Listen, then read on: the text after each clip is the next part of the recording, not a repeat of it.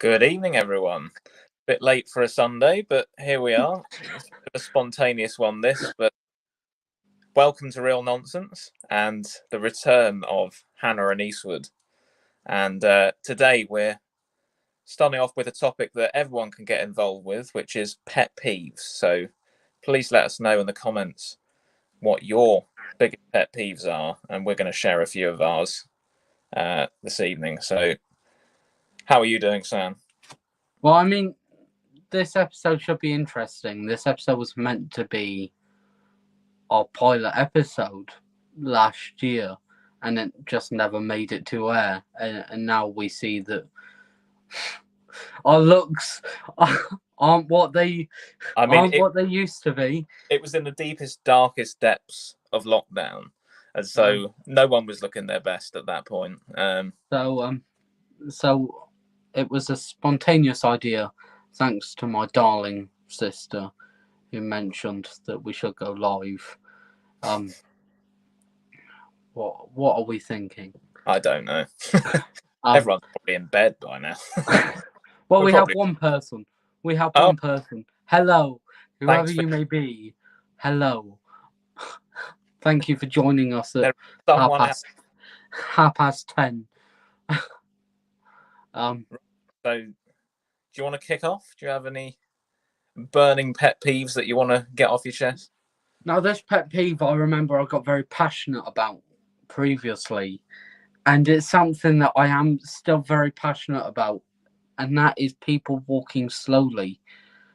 Like when I'm trying to get somewhere and you've got someone just taking their time on their phone or with a child, and all you want to do is just drop kick them so that you can overtake them. Actually, I've never thought of that one. But like if I'm walking to work and like the walk from the bus stop to work, it isn't very far, but I get a later bus so that I can get to work and know that I'm at work on time.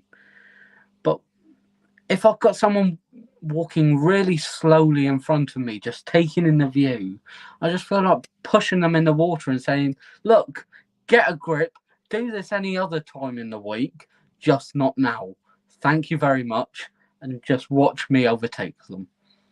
Yeah. Well, yeah. I mean, it's the same thing for me. I'm quite a fast walker. I don't know about you, but I just can't stand having to walk slowly.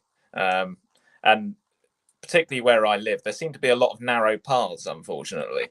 And so you have that awkward situation where you're catching up rapidly with people, and there's nothing you can do about it. And then you sort of back off a bit and you start to walk quietly and hope that they won't see you, and you can't get round them. So you just have to try and keep a distance, and it just drives me nuts. I just want to get home.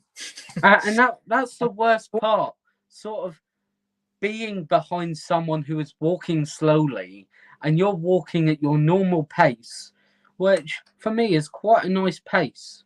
And then you realise that you've caught up to them and the path isn't wide enough for you to take over.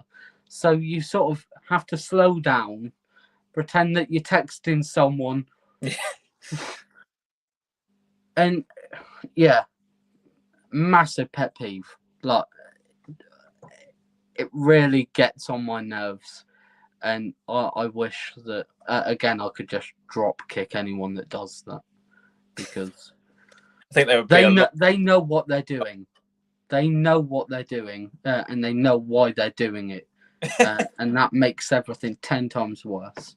They do a quick look round and spot that it's you, and then they deliberately walk slowly. Well, exactly. Again, thank you for tuning in at this ridiculous time of the evening. If you do have any pet peeves, like if something really, really gets on your nerves, let us know in the comments. If anyone comments saying Sam, Hannah, and Harry Eastwood really get on my nerves, thank you very much. I suppose we're glad to be included in the pet peeves. Harry, what's your first pet peeve? Um, well, I guess this is one that I think we talked about before as well, in our pilot episode that we recorded. But it's people who start an argument or moan about things for absolutely nothing. And there was a particular incident. Do you remember it, at uni when I parked my car on that housing estate, and so unnecessarily someone comes out the house and you can't park there. It's just like, well, there's no sign to say I can't, and there's no yellow line, so I can And I park remember right. she got very aggressive, and I think she smacked your car. Like, Yeah, probably. um, Yeah. we have just had a comment from Jason Barraclough, who has made a very good point in relation to yours. And I find this. I was one of them. I was one of them.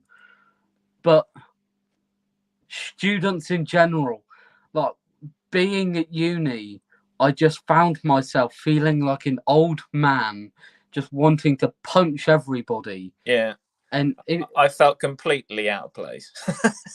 and if you remember, when we were in our halls, Glasney View, every evening there would be a group of students just skateboarding down the path. It's a And miracle I didn't get mowed down going out there, honestly. and we would be trying to eat dinner and watch TV, just relaxing after a hard day of lectures. And all you could hear was this infernal racket. Yep.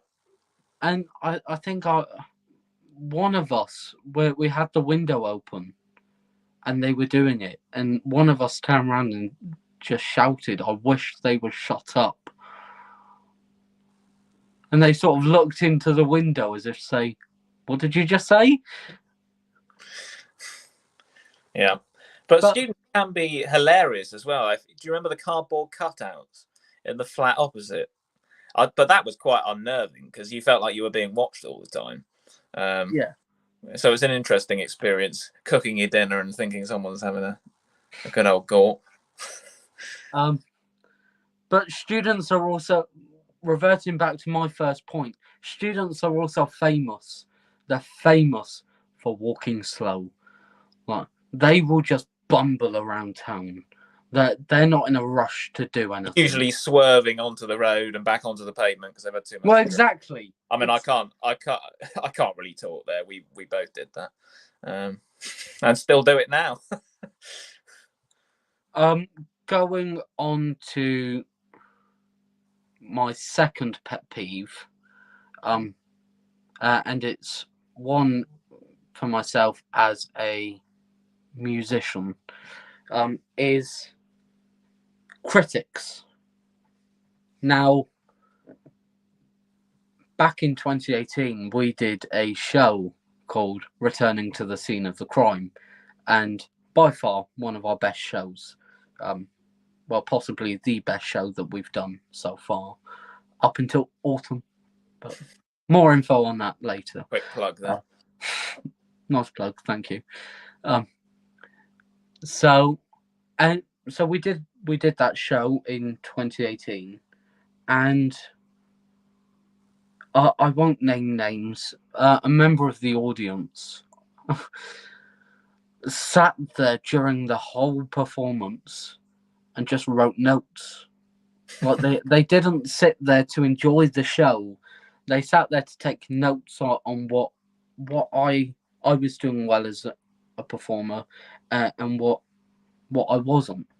And I remember meeting them for coffee not long after, because I had left uni, and they handed me this sheet of paper, and they had taken the notes that they had written down in a notepad and taken the time to type them up and print them out, so that I could use it as personal reference. I do have to say that as soon as I left that coffee shop, it went in the bin.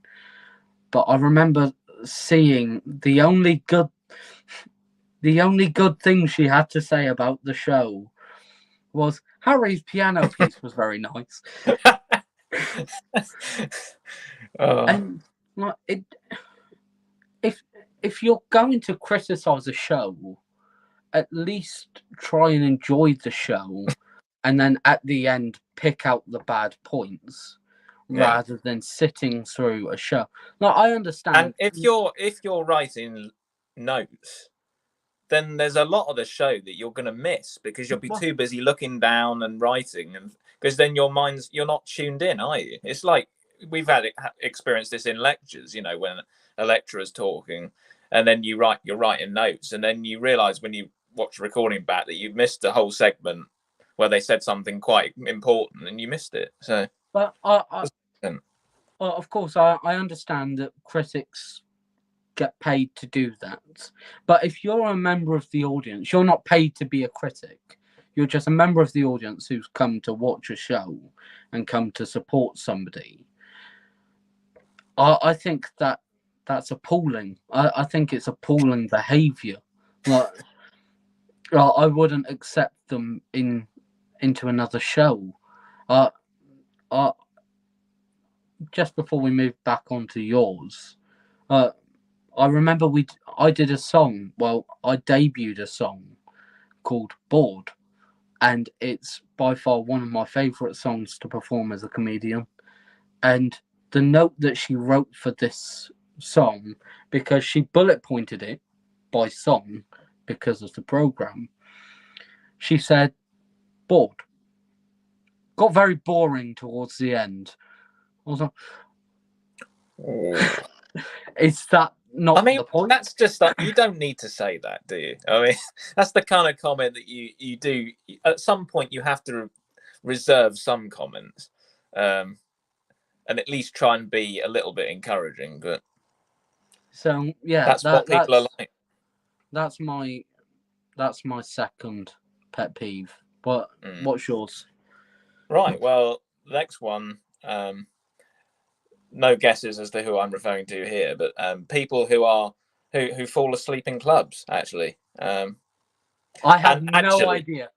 No idea. I'm clueless on this one. I mean, I've had many friends at uni that did the same, but it's just, you go out for a fun night out, and then the next minute you look round and they're collapsed on the chairs, going for a nap, and you go, What did they put in that shot? But it's happened on many occasions. I've become famous for just being removed from nightclubs, for just sitting down for 5 minutes and dozing off. I mean, the worst time was my team from work went on a bottomless brunch. And it was fine. Like, we went at lunchtime. We got lightly tipsy. Then we went down to the Barbican to carry on drinking, and then we just carried on drinking until God knows what time. Until you were in. And I remember falling. Well, I don't remember. I've been told because I was too far gone at this point.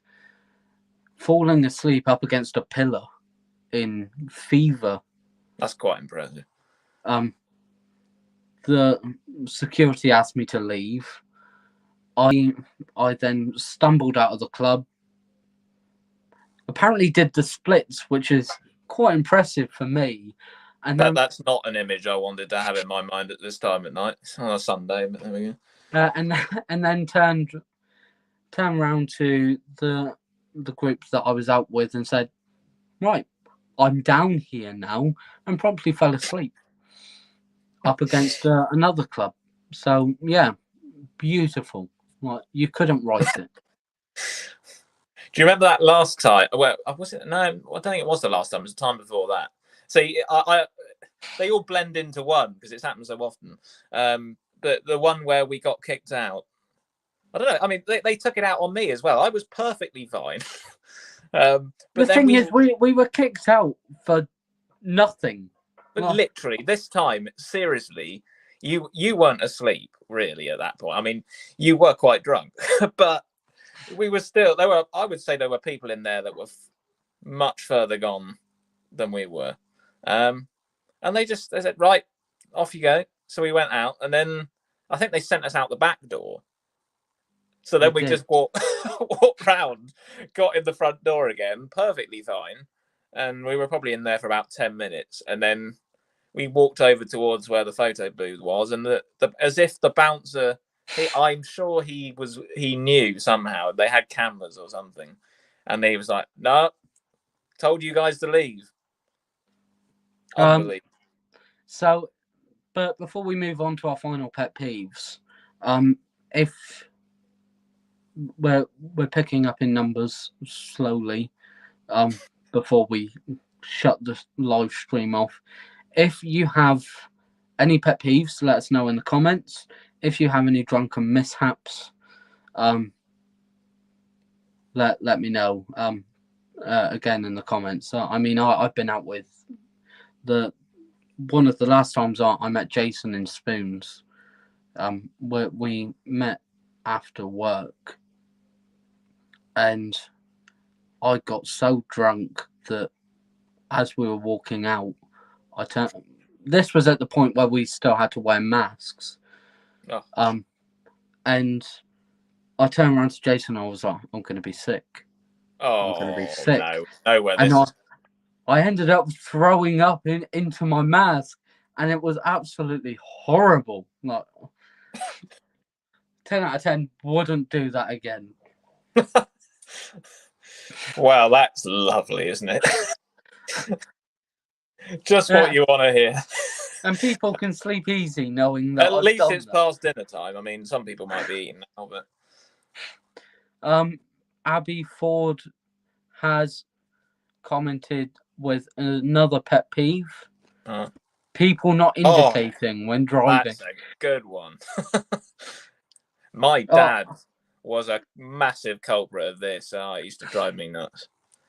It's just like they expect people to read their minds when they're entering a roundabout. It's just like, well, no. I mean, I don't drive, so I don't have very much of a say on this. Yeah. But when you start driving, my God, you'll realise straight away, and then you'll start criticising your parents driving. So that will probably be a pet peeve of theirs. Their children criticising their driving when they start having lessons. But yeah, it's just, and it's a very, very basic thing, and yet hardly anyone seems to do it. I think that actually a lot of people on the roads wouldn't pass their tests because they don't do half the things they're supposed to do. Sort of a free for all, isn't it? But yeah. So moving on to our final pet peeves. My last pet peeve is show offs. Simply, people who go out of their own way to recognize that they've done something amazing, or they can do something amazing, when the actual fact is nobody cares. For example, in work, I work for Virgin Media. I take phone calls on a daily basis where I have to try and retain customers. Customers phone me and say, I want to leave. And my job is to say, hold on, let me see what I can do. I guarantee you'll stay as a customer. And there was one agent who left.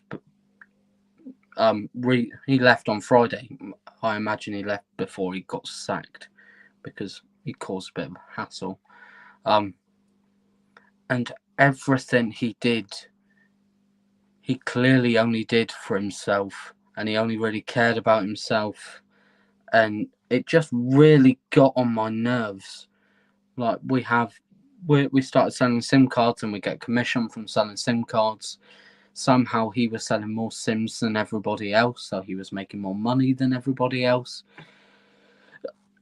And the other part of the show off is like people on TikTok or people on social media who can play an instrument and feel the need to like criticize those who can't play very well.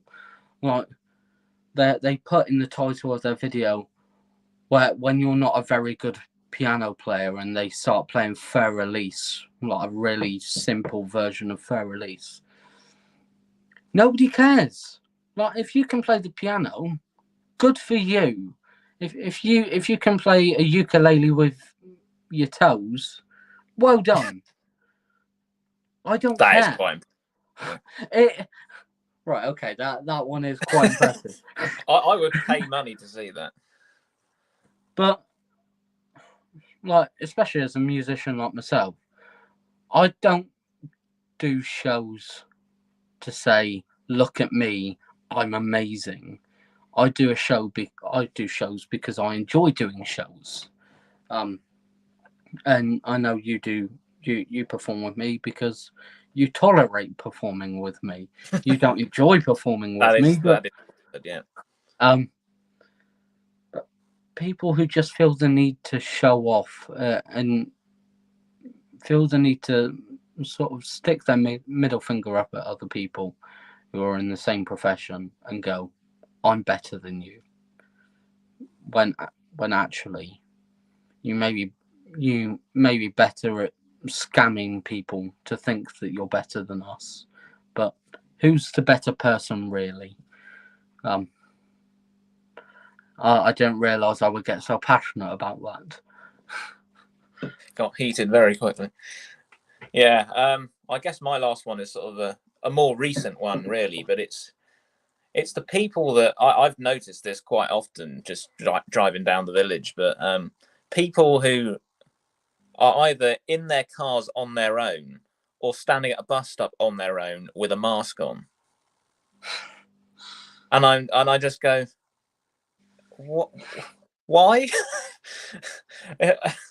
I mean, it doesn't make any sense. And it's actually it's going to do you harm. Like if you're wearing a mask unnecessarily, you're just breathing in your own air all the time. Well, and I mean, looks weird. Are masks still needed? No. I travel to work on bus by bus, and the majority of people don't wear a mask. No. However, a small number of people do wear masks, and it's like I just don't see the point in it There's anymore. no point. No. COVID is over.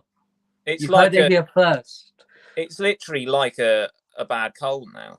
That's what people have said, you know. So there's no reason to be doing it at all. But it's just bizarre. I think I try to imagine them what's going through their mind, you know, when they step outside the house and think, right, I'm going to wear a mask as I walk down the road in the fresh air. It strikes me that they're going to catch a pneumonia or something if they're breathing in horrible air rather than the fresh air, you know. Very odd, but that's just one of the ones recently where it's got me going a bit.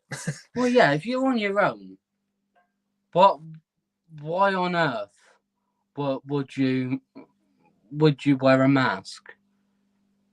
There's no sense to it at all.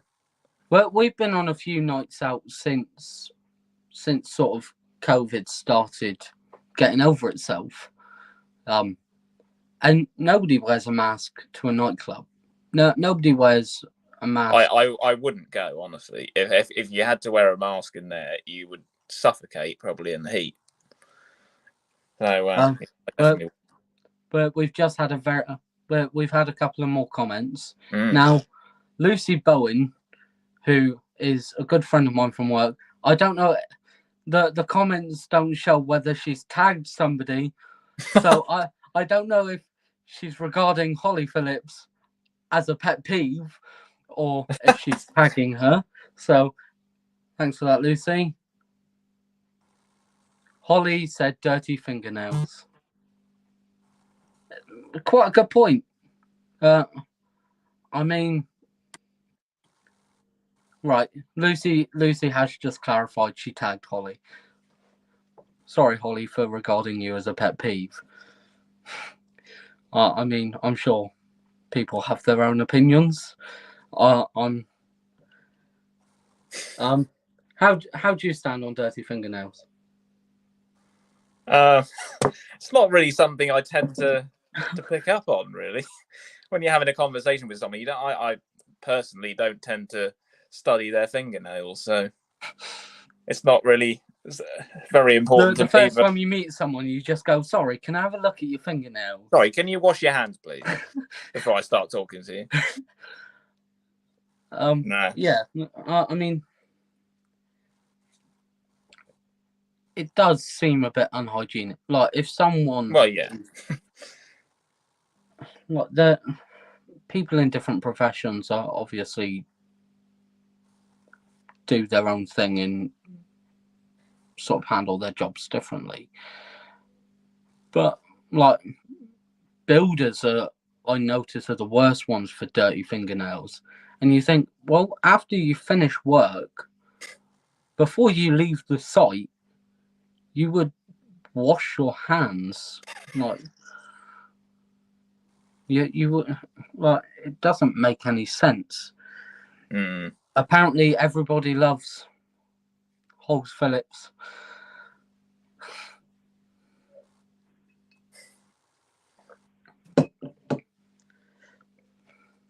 Lucy's changed her mind from having Holly as a pet peeve.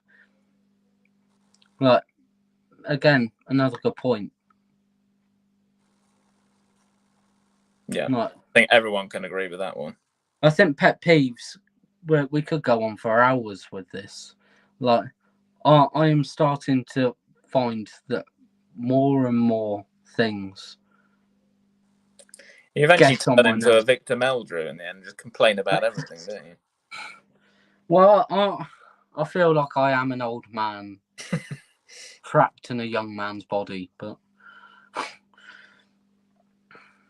who knows? Yeah, falling asleep in clubs. Me, I don't fall asleep in clubs. It's early onset. It's coming. Early onset of what? Old age, mate. But we have covered that. Yeah. But I did make reference to someone who left work fairly recently.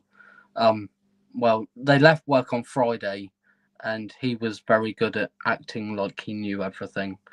And that's probably why he left. People that put chocolate in the fridge. From Dan in the Claptrap chat. Try saying that when you're drunk. What? Why does that annoy you? Does chocolate not belong in the fridge? I mean, I don't tend to put chocolate in the fridge, but no, I keep chocolate in the cupboard. Yeah. But I suppose some people like. I mean, it's all right, but chocolate like concrete. So if you like it like concrete, put it in the fridge. That is weird, I have to say. Claptrap chat is a peeve. Do you know what they're referring to? I have got no idea. It's a group chat that is very active that I am part of, but I just sit in the background, have it on mute because it goes off constantly. So it obviously is a bit of a pet peeve then. Right. This chat is a peeve when I'm trying to rehearse and then suddenly like someone calls the group chat. Like if someone calls a group chat without conferring with people first, it's like the same as like FaceTiming someone without saying, is it okay to FaceTime? You wouldn't do it. You off. And like you could be in an interview. They're all in a group call now. Well, Oh, this could get very interesting. But yeah, I think people who call without sort of asking permission, like when we FaceTime, we always check with each other that we're available. I'd probably be surveying bats otherwise if I'd be in the dark somewhere. You're always in the dark. But yeah, I'm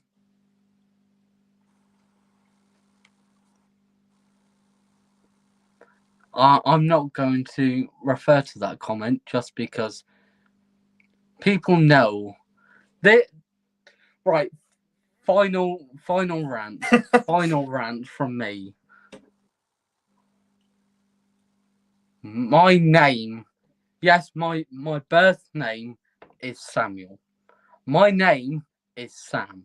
I only get called Samuel if I'm in an interview or if I'm in trouble with my parents. Trouble. Nobody else has the authority to call me Samuel. Like it really gets on my nerves. Like, I can tell. oh, you're lucky that your name can't be shortened or what? Yeah. I guess they could call me Harold, which I wouldn't like. Right, so from now on. Oh, I shouldn't have given you that idea, should I? From now on, Harry shall be forever known as Harold.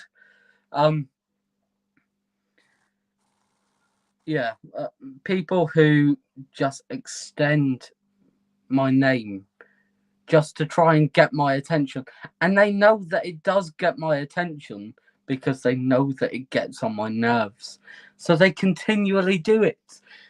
And now they know because you said it on here that it really annoys you, so that you're going to get it even more. Quite a lot of people know that it really frustrates me, so they continually do it just to wind me up. And it works. And that's a pet peeve. I need to lie down. And now he's going to have a breakdown. So thank you very much for joining us for this spontaneous episode. It's been a pleasure. We have just recorded a short promotion. A short promotional clip for the show. Very excited. Where Harry asked me a couple of questions about what to expect in the show. The show is going to be on the 25th of June because, again, I have had some people.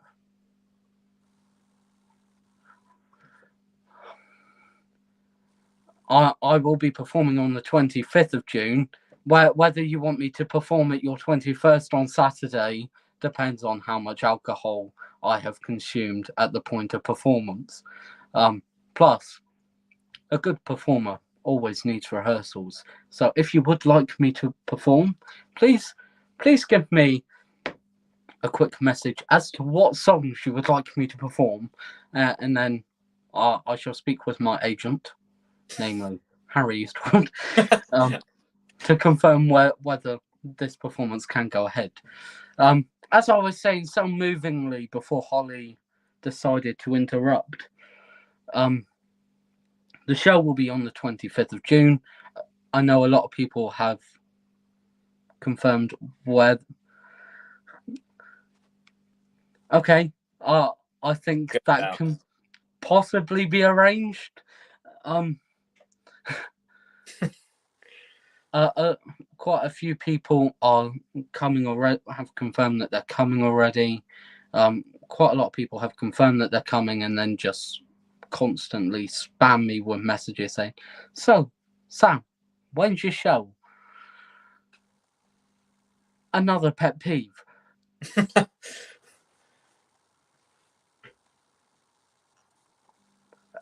Again, we could be here all night. But 25th of June, Sam Hannah, long live the king. It'll be at around 7:30. More specific time will be confirmed within the next week or so. Can you sing Let's Get It On? Possibly. I'm not going to attempt. Harry, that one's all yours. I don't think so. Definitely not. I mean, I probably could with rehearsal.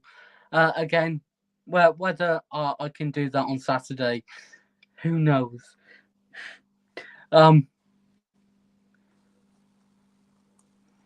Beauty and the Beast. Right, so we're getting a set list together for Saturday. So the set list is going to be Dogging, Let's Get It On, Beauty and the Beast. It's quite a diverse mix, isn't it? Let's get jiggy with it. that I am sorry to say is off the list. That will never be performed by Sam Hannah. I think me performing a rendition of Let's Get Jiggy With It would be almost as bad as my rendition of Facebook Rap. It wasn't me. Are you making a statement or are you requesting the song by Shaggy?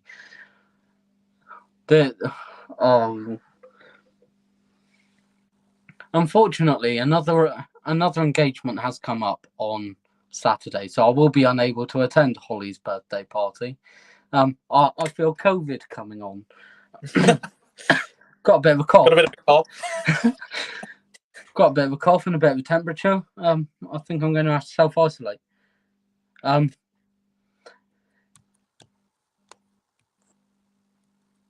Harry won't be able to join us on Saturday at your birthday party. He does actually have other engagements. Pony by Genuine.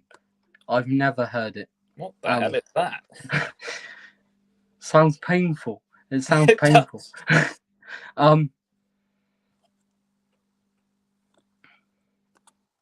Well, just be thankful that you're getting me. I mean, I think the evening would be painful with both Harry and I in the same room. Be thankful for small mercies. I am.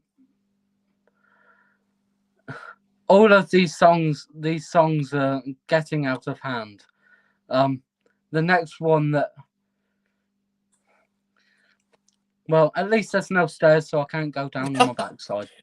There's always a plus side. There's always a positive. And I have been told no rum at this party. So there's a bathroom. Okay, we know where this is going. Yes, you've missed that. You've missed that part of the episode. We've already talked about drunken mishaps.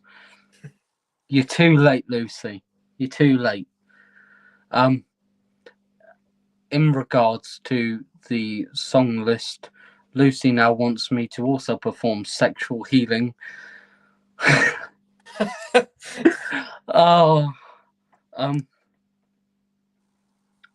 I think I may actually have to avoid this party at all costs.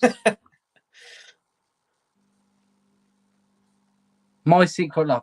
Now that's more reasonable. And it's also just undergone a major rewrite, so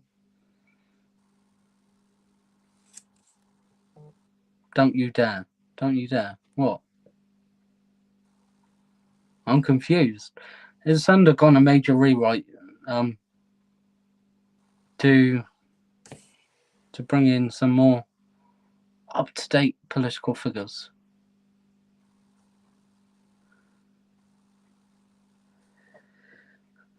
Don't you dare miss my birthday. Well, if these songs get too risque, Sam Hannah may have to miss it, and Tess Tickles may have to go instead. And that, nobody wants that. Nobody wants that. Not even I want that.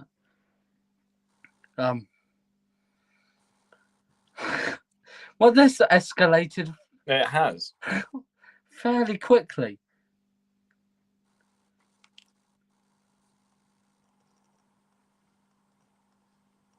Holly is excited for Tess. Tess has been missing for several months. Nobody's seen or heard from Tess since Halloween. No.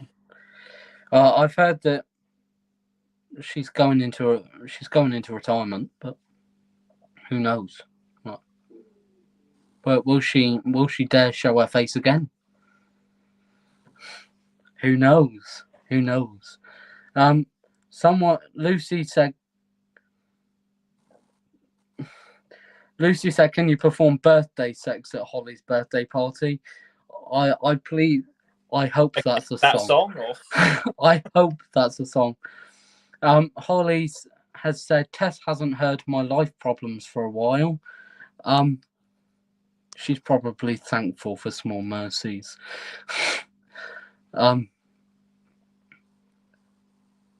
Well, I'm sure but we can arrange a date with the age-old agony aunt, but with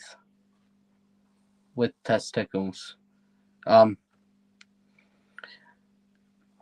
Anyway, we're going to draw this to a close just because Harry has actually got work tomorrow. I haven't, so lucky you. I've got no cares in the world, but I am starting to feel very sleepy, so I may. It's all that adrenaline and the anger coming out. All the anger coming out. But yeah, so the show's on the 25th of June. Put it in your diary. Write it wherever you want, Holly. It is on the 25th of June. Please don't ask me again. Please. And please, nobody refer to me as Samuel again. I will bring you another episode of Real Nonsense on Saturday as I talk about football. I am something I'm very passionate about. I'll talk about what happened last season to my team, Manchester United, who had one of the worst seasons in their life, and what we can sort of expect from the new season. So I am looking forward to that. Nobody else is. But I'm gonna go. So thank you very much for watching. See you soon. Bye. See ya.